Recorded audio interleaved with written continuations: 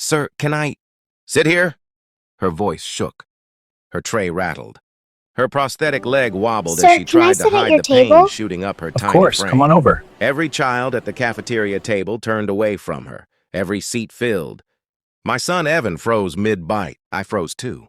And none of us knew that my answer to that trembling little girl would change all of our lives. It was Thursday. Family lunch week at Ridgeview Elementary. A place full of noise and color. Two things I'd been avoiding in my life since my wife passed away 2 years earlier. My world had been quiet, heavy, too small. Just me and Evan, surviving one day at a time. We sat near the window, him with his favorite pepperoni pizza, me poking at a salad I didn't want. I felt the familiar weight of responsibility, of grief, pressing down on my shoulders. Then she appeared. A small girl in a pink hoodie, hair in 2 tight braids. A plastic tray clutched to her chest, one leg ending at the knee, replaced by an old prosthetic that clicked with every step. She looked around the room with hope, then with fear, then with resignation. She tried approaching a group of girls. "Sorry, this seat is taken." Another table. "Oh, I think we're full." Another. No. That one word hit her harder than the others. Still, she kept walking, because kids like her always learn how to keep walking. Then her eyes landed on our table. She hesitated. She swallowed hard. She took 2 tiny, uneven steps forward. "Sir, can I sit here?" I don't know why I paused. Maybe because my heart was still bruised from losing my wife. Maybe because I didn't have room for anything that could break me more. Maybe because I wasn't used to letting anyone else in, especially a fragile child who looked like life had already taken too much from her. But when I hesitated, she misunderstood. Her eyes filled with tears instantly. She stepped back. "I'm sorry," she whispered.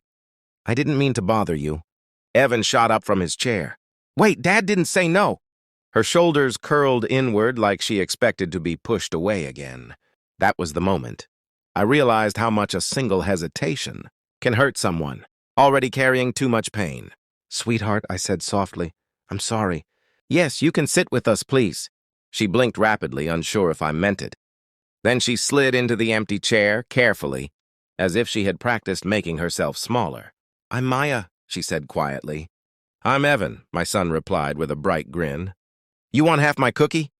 She nodded, eyes shining despite herself. As they talked, I noticed things adults seldom miss. The worn-out straps on her prosthetic. The way she adjusted her stump every few minutes because it hurt. The way her hands trembled like she wasn't used to eating around anyone. "Maya," I asked gently, "where's your mom or dad today?" She swallowed. "My mom's working. She does every day. She said she'd come this week, but she can't. Sir, I'm used can to I eating sit at your alone." table? That broke something Of in course, me. come on The over. world hadn't been gentle to her. And yet she still approached a stranger's table with hope. A few days later, the school held a parent meeting. I spotted Maya sitting alone again, swinging her too small prosthetic leg. When she saw Evan and me, her whole face lit up. "Mr. Carter, Evan!" She ran, or tried to, with her uneven steps, and Evan greeted her with the enthusiasm of a brother. A woman rushed in moments later, panting, wiping tears from her eyes. Her nurse scrubs were wrinkled, her hair messy from a long shift. "Maya, I'm sorry, I couldn't get off work." She looked at me, embarrassed. "I hope she didn't bother you." "She didn't," I said. "She made our week." That made her eyes well up. "It's just been hard." Since the accident, the word hung in the air. She didn't have to explain. But she did. Their car crashed 2 years ago. Her husband didn't survive. Maya lost her leg. Insurance battles, bills they couldn't pay, overtime shifts, a prosthetic she'd already outgrown but couldn't replace. "She limps because the socket is too tight now," her mother said. "But we're saving, slowly." Every piece of the story stabbed at me. And then one twist I didn't expect. She had applied for help from the Pediatric Prosthetics charity my late wife used to work with.